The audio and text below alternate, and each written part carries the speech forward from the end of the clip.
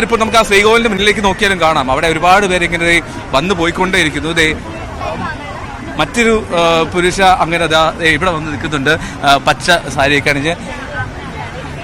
പേരെന്താണ്? അർജുൻ. എവിടെന്നാ വരുന്നത്? അർജുൻ ആദ്യമായിട്ടാണ് എടുക്കുന്നത്? ആണോ? എന്താ ഇത്തവണ ഇങ്ങനെ എടുക്കാനുള്ള തീരുമാനത്തിന് കാരണം?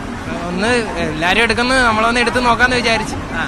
അതുവല്ല ഒരു ആഗ്രഹം ഉണ്ടായിരുന്നു, അതനുസരിച്ച് എടുക്കാന്ന് വിചാരിച്ചു. ഈ വേഷം കടിച്ചിട്ട് എങ്ങനെ എളുപ്പമാണോ? എളുപ്പമല്ലോ, കഷ്ടപ്പാടാ. പെമ്പിള്ളാരെ സമ്മതിച്ചു കൊടുക്കണം. എടുത്ത് ചൊറിഞ്ഞിട്ട് പോയി വീട്ടിൽ ചെന്നിട്ടാണ് യൂരിട്ടിട്ടൊന്ന് ചൊറിയാൻ. അപ്പോ ഈ സുന്ദരിയായിട്ട് എടുക്കുന്ന പെൺകുട്ടികൾ ഒരുപാട് അനുഭവിക്കുന്നുണ്ടല്ലേ? തീർച്ചയായും അനുഭവിക്കുന്നുണ്ട്. അല്ല, ഈ വേഷം അണിഞ്ഞിട്ട് കണ്ണാടിയിലൊക്കെ നോക്കിയാ? കണ്ണാടി നോക്കി ഞാൻ തന്നെ അത്ഭുതപ്പെട്ടു, ഇത് ആരാന്ന് വിചാരിച്ചു. ഇതൊക്കെ കണ്ടിന്യൂ ചെയ്യാൻ തോന്നിയാ? കണ്ടിന്യൂ. ഇനി അടുത്ത വരും കൊല്ലങ്ങളിൽ ഞാൻ എടുക്കുന്നതായിരിക്കും തീർച്ചയായും. അങ്ങനെയല്ല, ഈ വേഷം സ്ഥിരമാക്കാൻ തോന്നിയത്? തോന്നിയില്ല.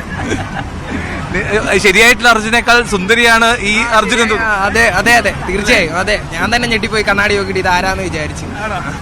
എല്ലാവർക്കും ഫോട്ടോ ഒക്കെ അയച്ചു കൊടുക്കുമ്പോ അറിയാം ഇനി എന്താ പറയുക. ആരാ ഒരുക്കി? ഞങ്ങൾ അവിടുത്തെ ചേച്ചിയാണ്, വൃന്ദ ചേച്ചി എന്ന് പറഞ്ഞു. ആരൊക്കെ വീട്ടിൽ നിന്ന് വന്നിട്ടുണ്ടോ? ഇതിന് അമ്മയും പെങ്ങളും ഉണ്ട്. അമ്മ, ഈ അർജുന എങ്ങനെയുണ്ട് ഈ വേഷത്തിൽ കണ്ടിട്ട്? സുന്ദരിയായിട്ടുണ്ട്. ശരിക്കുള്ള അർജുനാണോ ഇത്? ഈ മോളാണോ? മോളാണ്. ഈ മോള് മതിയായിരുന്നോ? ഒരുങ്ങി കഴിഞ്ഞപ്പോ നല്ല സുന്ദരി മോളായിട്ട് തന്നെ ആയിരുന്നു. ഈ ഒരു വിശ്വാസം അത് എങ്ങനെയാണ്? കേട്ടറിഞ്ഞതാണോ? കേട്ടറിഞ്ഞതാണ്.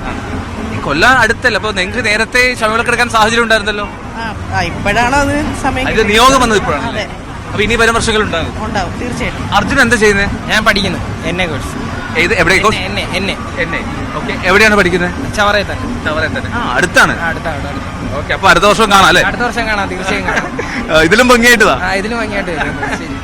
ഓക്കെ, അപ്പൊ മറ്റൊരു പുരുഷൻ അങ്ങനെ അർജുനാണ് ഇപ്പൊ നമ്മളോട് സംസാരിച്ചത്. ഇതുപോലെ നിരവധിയായിട്ട്